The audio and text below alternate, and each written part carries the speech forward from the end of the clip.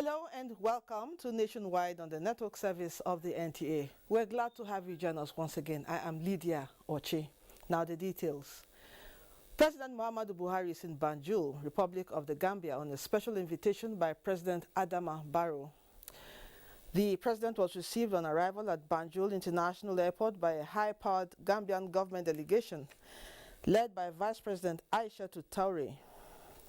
Also at the airport were Nigeria's High Commissioner to the Gambia, Minister of Foreign Affairs, National Security Advisor, and other senior government officials. The president, who inspected a ceremonial guard mounted by a detachment of the Gambian Armed Forces, is attending the inauguration of President Adama Barrow for a second term in office. The Nigerian leader is a special guest of honor at the ceremony, being attended by several other heads of state and government, and therefore expected to deliver a keynote address.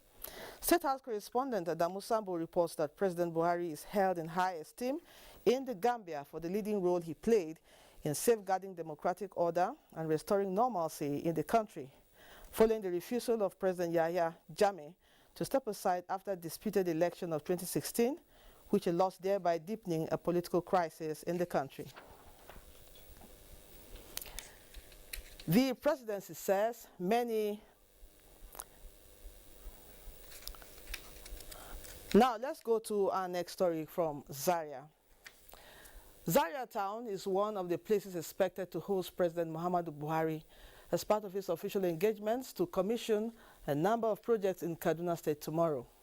Suleiman Rigachuku is standing by to give us a situation report on the level of preparations and how the people of Zaria are looking forward to this historic visit. Suleiman.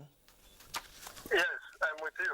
Yeah, can you give us an update on the level of preparations in Zaria town? Okay, all is set in Zaria and Sabongari local governments of Kaduna State to receive the number one citizen, President and Commander-in-Chief of the Armed Forces, President Muhammadu Buhari, who will come for an official visit to Kaduna State tomorrow and next and Friday too. He is coming in to commission or to inaugurate projects being executed under the urban renewal project of Governor Nasir Ahmed El-Rufai in the metropolitan city of Kaduna and Emberos, as well as Zaria and Emberos, and also Kafanchan City. You know that Kaduna has three major cities. Okay. So in Zaria here, he is coming to inaugurate the completed ultra-modern Sabongari market being completed by the Kaduna State government. He's also coming to the palace of the Emir of Zazzau, Ambassador Ahmad Nuhu Bamali, to pay royal visit to the Emir. Okay. And based on my interaction with Waziri of Zazzau earlier this afternoon, the palace has planned to welcome the president with a very spectacular horsemanship, and he's going to be received by all the palace chiefs, the traditional title holders, and district heads at the palace. So it's going to be colorful at the palace and also in other places where the president is going to be received. All is set for the receipt of the number one citizen. It's okay. Now, thank you for giving us a rundown of projects expected to be commissioned by Mr. President. Now, tell us, what is the mood of Zaria people? Well, the mood is calm and that of joy, because earlier this morning we had an interview with some people, even at the market area. They are so elated, so happy that this project has been executed. Some have been completed and some are ongoing. The overhead bridges, the underpasses, and also new roads being constructed. They are really happy with this development and also very happy with the presidential blessing that these projects are going to have tomorrow.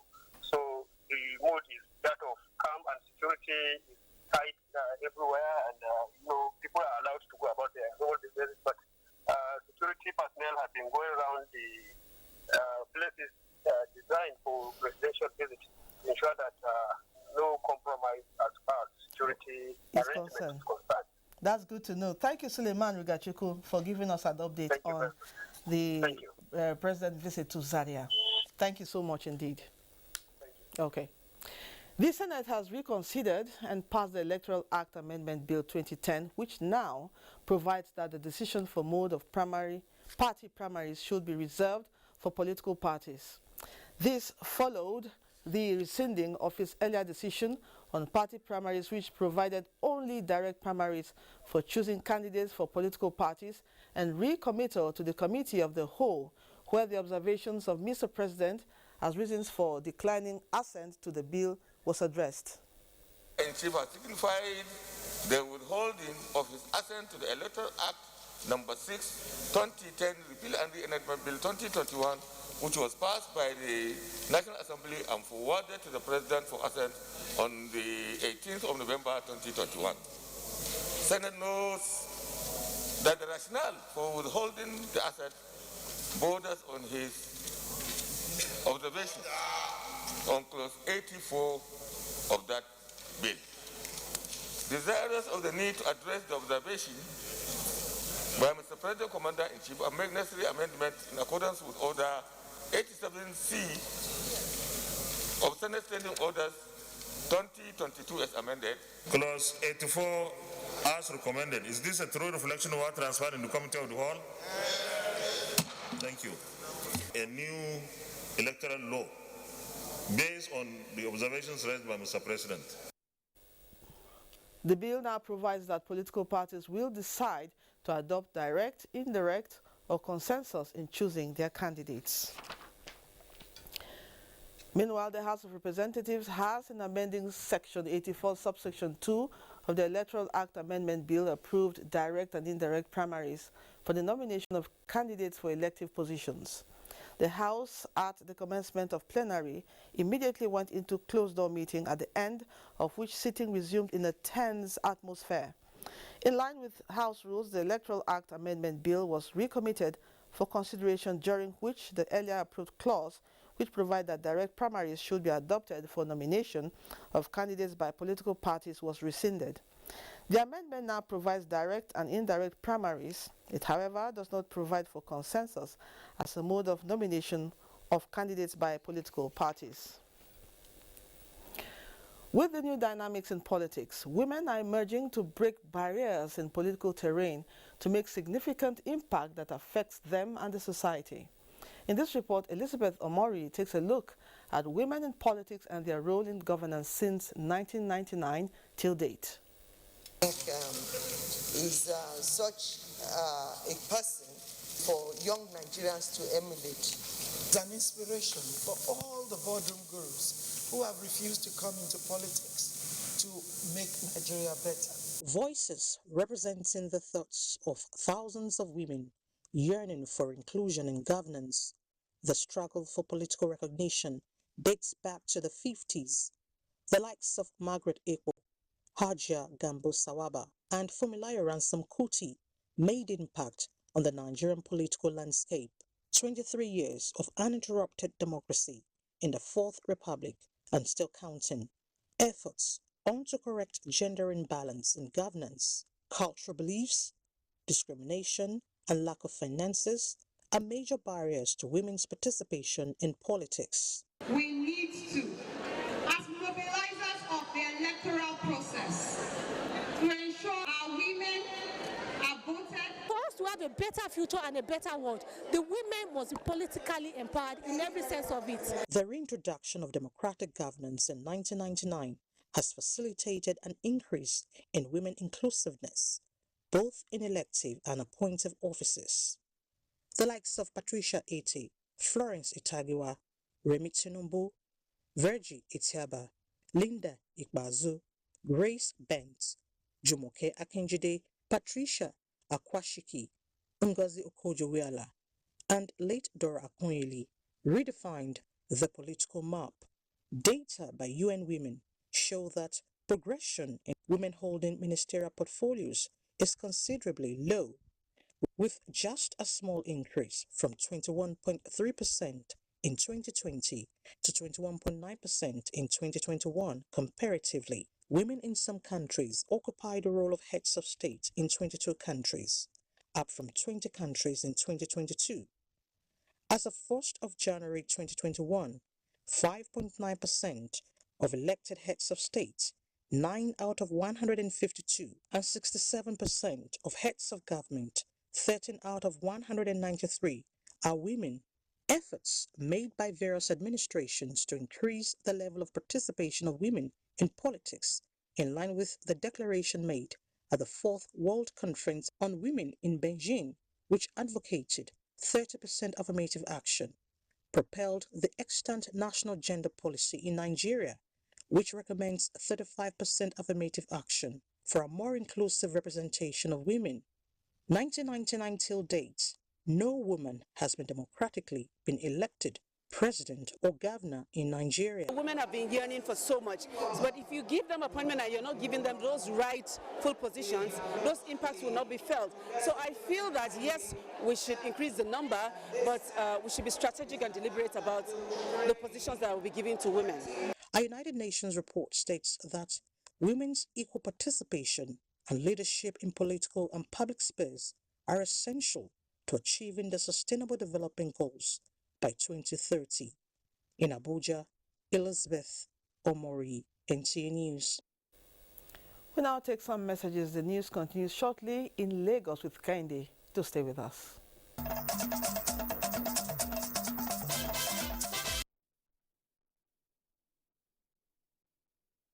Hello, glad to have you join us in Lagos. The Nigerian Army has uncovered an illegal petroleum product depot in the heart of Lagos with 5 suspects arrested. Jesuton Moses was at the 9th Brigade Nigerian Army Ikeja Cantonment, where the confiscated products were handed over to the Nigerian Security and Civil Defense Corps. Operators of the illegal petroleum product depot in Oregun area of Lagos were uncovered after an 8-hour searching exercise by the Nigerian Army Operation Awase on the 11th of January 2022. 5 locally modified vans and 4 petroleum tankers were seized in the operation. Regrettably, these activities have been ongoing for quite some time without the knowledge of relevant government agencies. Let me therefore use this opportunity to reiterate the commitment of Operation Awase to curbing all oil-related criminal activities within the southwest geopolitical zone. Operations Officer 9th Brigade, who spoke on the negative economic implications and environmental impact of the illegal activity, charged residents to furnish security agencies with relevant information that will help uncover more of such saboteurs.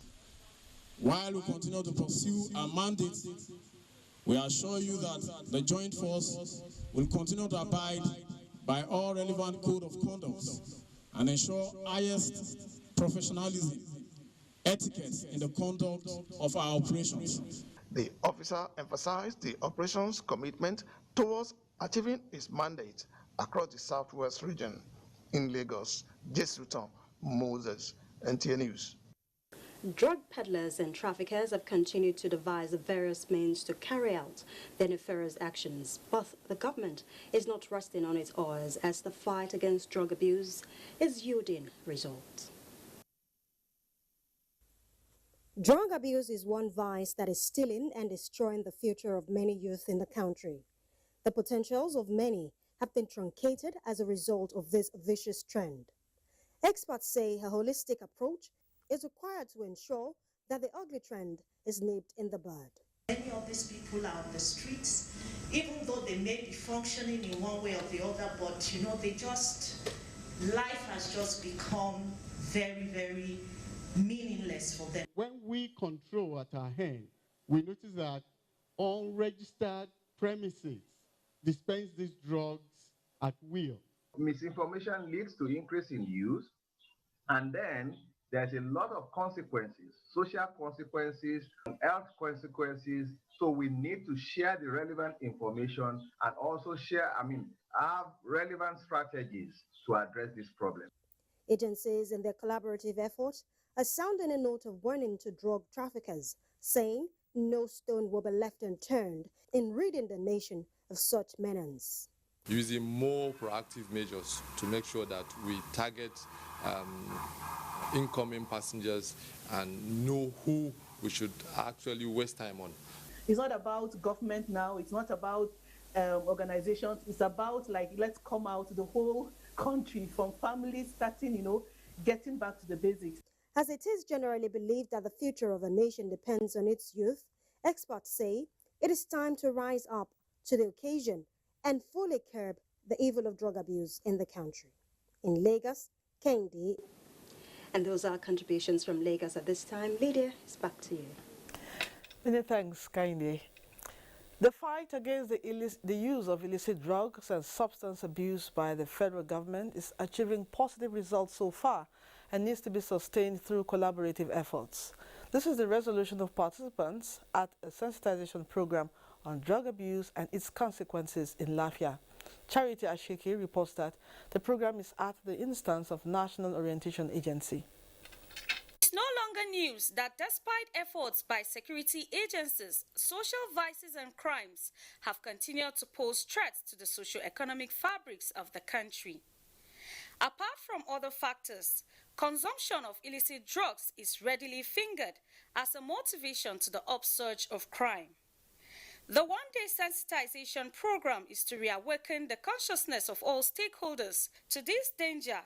It is strategic for us to do this in this year 2022 and at the beginning of the year, because it's a pre-election year and all the activities are already being heightened up towards election. The drug trade is the second most lucrative industry in the world, following arms trade, but preceding oil. So this sensitization, I think, is timely because we need to put heads together and ensure that these activities are checkmated. Other stakeholders who decry the effects of drugs on the society say it takes the efforts of all to reawaken the society to this reality. Could not have come at a later time than now, considering the incidence of drug abuse, political thuggery, kidnapping, and other vices that bedeviled the nation. This is a thing of concern, and I think that the society as a whole must take time to address. In Lafia, Charity Ashki, NTA News. The proclaimed leader of proscribed indigenous people of Biafra, Nnamdi Kanu, has been arraigned on 15-count charge preferred against him by the Federal Republic of Nigeria. Having listened to the counts one after the other, Nnamdi Kanu pleaded not guilty to all the charges. Dela Tumbi reports. At arrival in the court, the proclaimed leader of the proscribed indigenous people of Biafra, Nnamdi Kanu, took his plea on the new 15-count charge where he pleaded not guilty. The 15-count charge borders on various acts of terrorism allegedly committed by the defendant Nnamdi Kanu between 2018 and 2021.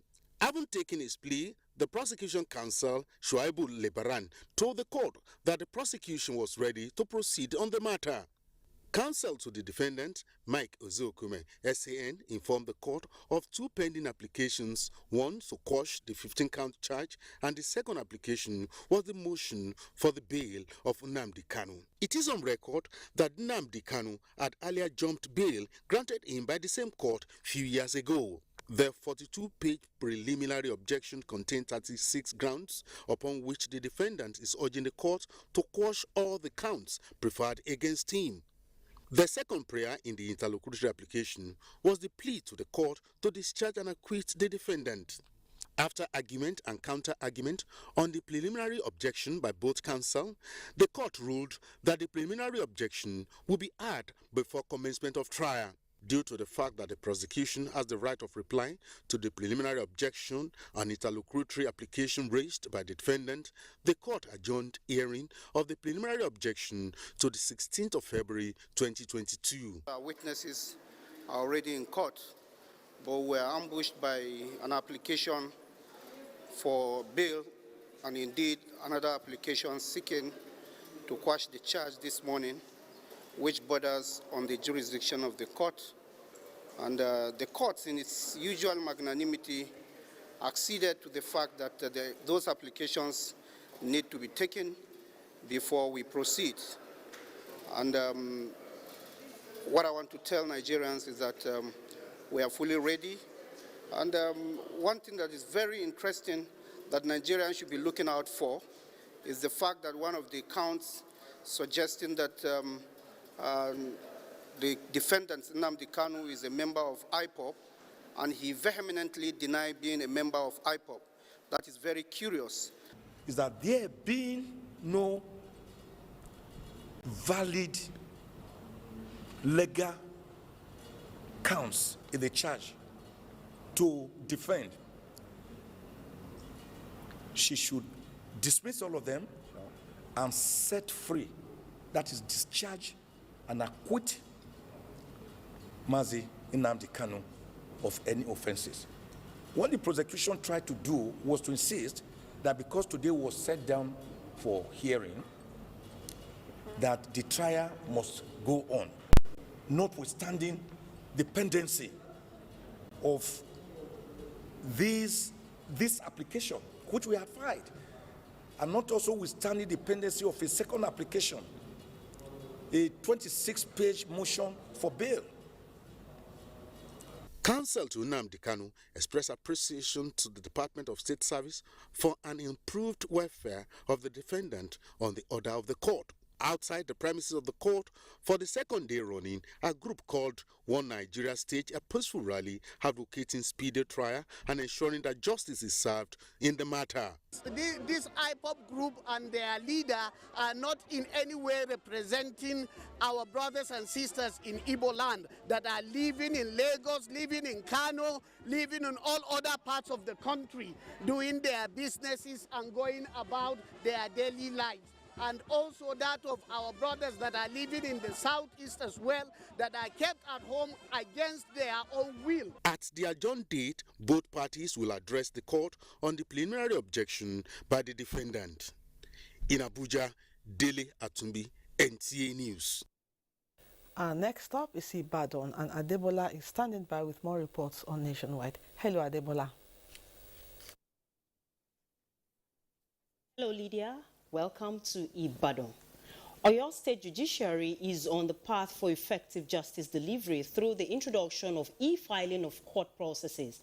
Kayode Oladosu reports that the application is aimed at bringing credence and transparency to the judicial system in the state.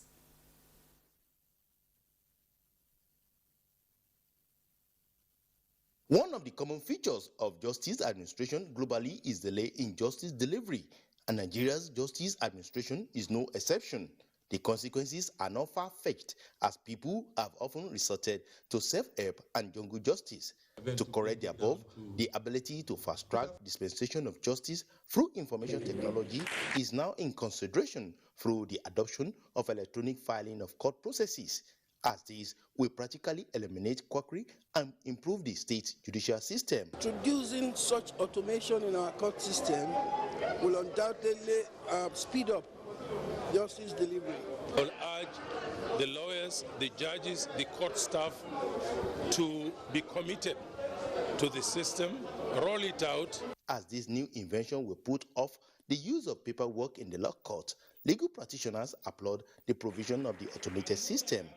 What is important is that processes get to court and they are able to deal with it as fast as possible.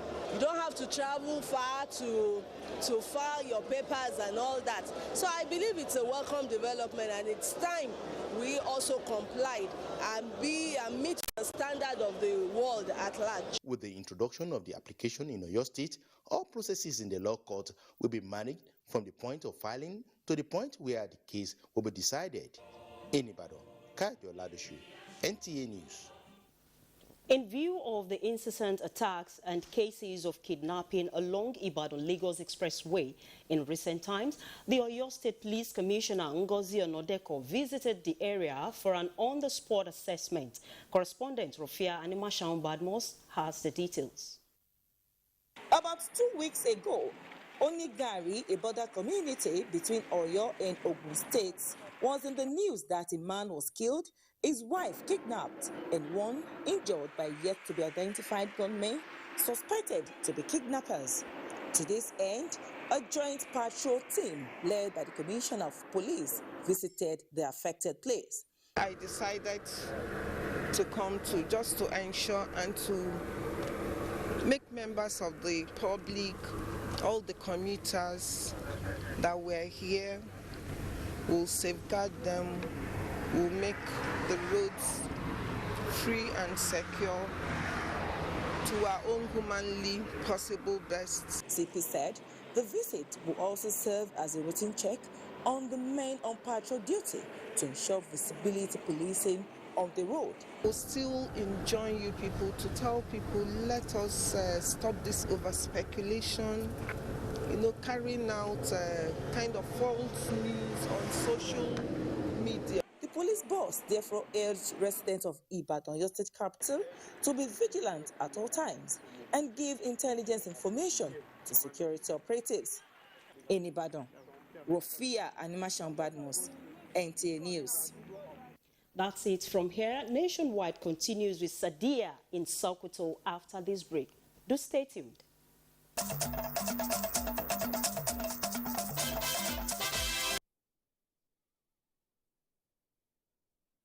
You're still there, and welcome to Sokoto.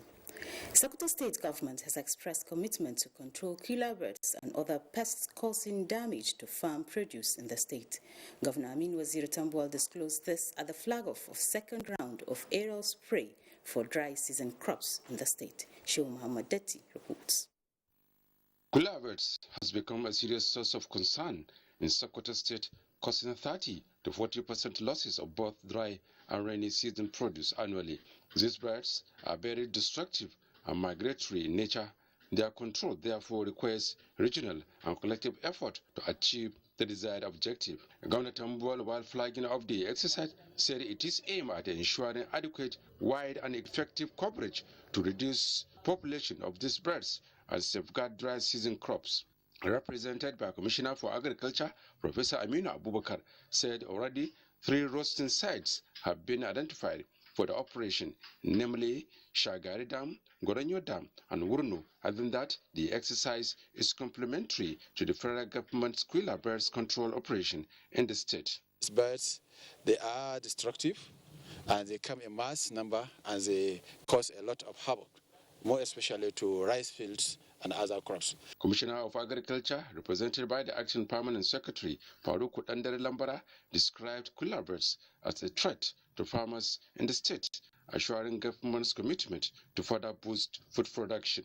The aerial spray is to last for 6 days, to be conducted morning and evening time. In Sokoto, Shehu Muhammad Detti, NTA News. Wife of Sokoto State Governor Maria Amin Waziri Tambuwal has stressed the need for communities to evolve programs aimed at supporting government in its bid to provide quality education. She was speaking while distributing instructional materials to some primary schools in Tambuwal local government. Shehu Muhammad Detti has more.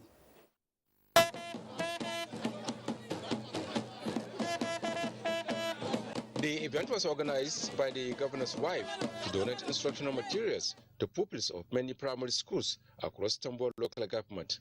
The items donated include exercise books, school bags, and writing materials, among others. Speakers at the occasion that include Chairman Tambuwal local government Nasur Babata, State Legislator representing Tambuwal local government Model Adan Sanyina, and District Head of Sanyina Alhaji Shehu Garba, described the donation of the instructional materials as timely and encouraging, praying Allah to reward her. The governor's wife said her decision to donate the instructional materials is to encourage pupils to show more interest in their studies, urging other communities to do same in their localities. The governor's wife was honored in recognition of her support to education and people of the area. The governor's wife also visited Community Junior Girls Arabic and Islamic Secondary School, Sanyina, where she freely interacted with the students. She pledged to support the school. In Sokoto, Shehu Muhammad Detti, NTA News. That's it from here. It's now back to Lydia in Abuja. Thank you, Sadia. Still on education. The increasing number of secondary school graduates necessitated the establishment of 8 new federal polytechnics and 6 federal colleges of education in 2021 to accommodate more Nigerians. These new institutions now have governing councils inaugurated by the Minister of Education, Adamu Adamu. Abdulmalik Hassan reports. It is therefore essential that you familiarize yourselves with the specific law establishing the institutions as well as all other relevant laws and regulations of Nigeria regarding education. I urge you to exercise this power with utmost sense of responsibility and in the best interest of our institution and our country. A piece of advice by the Minister of Education, Adamu Adamu, to the newly inaugurated Governing Council of 8 federal polytechnics and 6 colleges of education established in 2021. The chairman and board members are expected to administer the affairs of the institutions for a period of 3 years. In accordance with the law, the council shall be the governing body of the institution with powers of general control and superintendence over the policy, the finance, and the safeguard of properties of the institution. Presentation of letters of appointment by the minister to the board members may have signaled trust and confidence, with much expected from them to ensure qualitative governance and administration of the institutions to be more responsive. We are going there to set a new polytechnic that will believe in innovations. We are bringing innovations to bear, where people will have unfettered access to education in Nigeria. Nigeria cannot do away with technical education. It's the bedrock of any developing society. That must give attention to it. Well assuring were those words of the governing councils, with much hope that they lead up to expectations. Abdulmalik Hassan, NTA News. To further encourage virtues of Quranic recitation among the younger generation, wife of Katsina State Governor Hadiza Aminu Masari has honored winner of the female category of State Quranic Recitation Competition. Awal Haliru was there.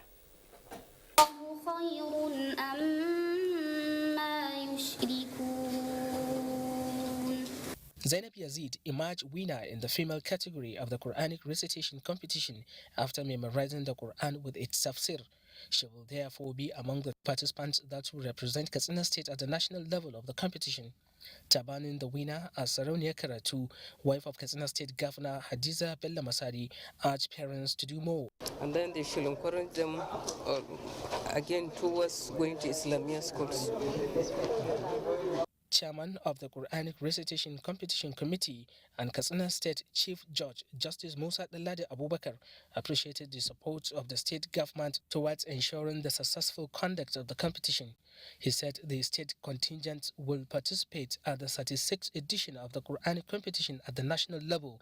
Commissioner for Religious Affairs Issa Lawal Doro called on the participants to use the opportunity to pray for sustainable peace and progress of the state and the nation as a whole. Awal Halaru, NTA News. Vice President Yemi Osinbajo has commended traditional rulers, especially those of the northern part of the country, for their contributions in tackling insecurity and peace building in their respective domains. The Vice President gave the commendation while delivering the 2022 annual Sir Ahmadu Bello Memorial Leadership and Good Governance Lecture in Kano. State House correspondent Gideon Ifade reports. Standing solidly with the federal government in its fight against internal and external aggressions are the traditional rulers across the country. The northern parts of the country have been worst hit by the activities of bandits, kidnappers and terrorists. The 8th annual Sir Ahmadu Bello Memorial Leadership and Good Governance Lecture provides a platform to further underscore the role of the traditional institution in engendering peace and security in the country. The extensive influence within the existing northern traditional leadership is urgently needed today more than ever before. The soul of the North and of Nigeria, by extension, is being contested by some of the most evil and destructive forces in contemporary history. And there are modern examples of the overwhelming human carnage that can result if we do not put up tough collaborative resistance. Mr. President has on numerous occasions reiterated the view that our peace and security architecture must recognize that traditional institutions are our first line of defense against the forces of anarchy. The theme of the lecture speaks to the revival of northern traditional institutions as an urgently needed habitat for peace and security. We must rediscover the bridge-building roles of our forebears and speak up for the values that have held us together thus far. We have the moral responsibility of raising a standard for our young people. This includes speaking up consistently for peace and justice, and also listening patiently to their grievances. Our traditional institutions possess all the emotional channels that penetrate far deeper than the most sophisticated surveillance equipment can. Guest speaker Justice Sidi Bagay, Emir of Lafia, set the ball rolling by calling for total recognition of the traditional institution as key to good governance. We must look at the position that the traditional rulers occupy in our society today. Why did Saldona succeed in his administration? Simple, 2 words: justice and fairness. He gave justice to everybody. He was fair to all. Plan properly as a community, as a government, and as a people. Engaging the institution in finding lasting solutions to the current trend of insecurity must be brought to the front burner of policy review. I think in order to revive this institution, we should also consider contemporary issues in our modern Nigeria. The Vice President, before departing Kano, paid condolence visits to the families of late Hassan Naif, late Bashir Tofa, and late Sheikh Ahmed. In Kano, Jide Onifade, NTA News.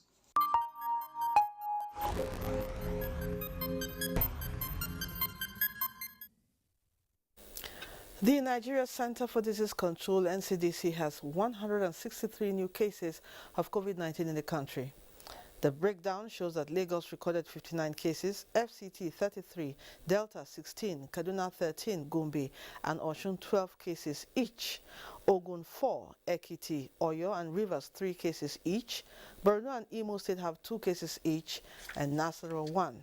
Total confirmed cases now stands at 251,341 cases, 224,939 have been treated and discharged, while 3,116 deaths have been recorded so far. Strengthening warning systems to regulate public health measures and ensuring an accelerated vaccination coverage, especially for high-risk groups, are some strategies to tackle the Omicron variant. Health experts in Uyo, the Akwa Ibom state capital, made this submission while expressing dismay at how low Nigerians have dropped their guards in observing COVID-19 precautionary measures. Ifama Aikoje reports. Just as the tide of the highly infectious Delta variant of COVID-19 was ebbing, the world was saved another grim notice of the outbreak of a more vicious strain, the Omicron variant. Faced with the current wave and with less than 2% of Nigerians being fully vaccinated, experts say Nigeria is potentially vulnerable to the highly mutative and virulent powers of the Omicron. It's unfortunate that, Nigerians are no longer safety conscious. Citizens are therefore reminded that they are their own greatest protectors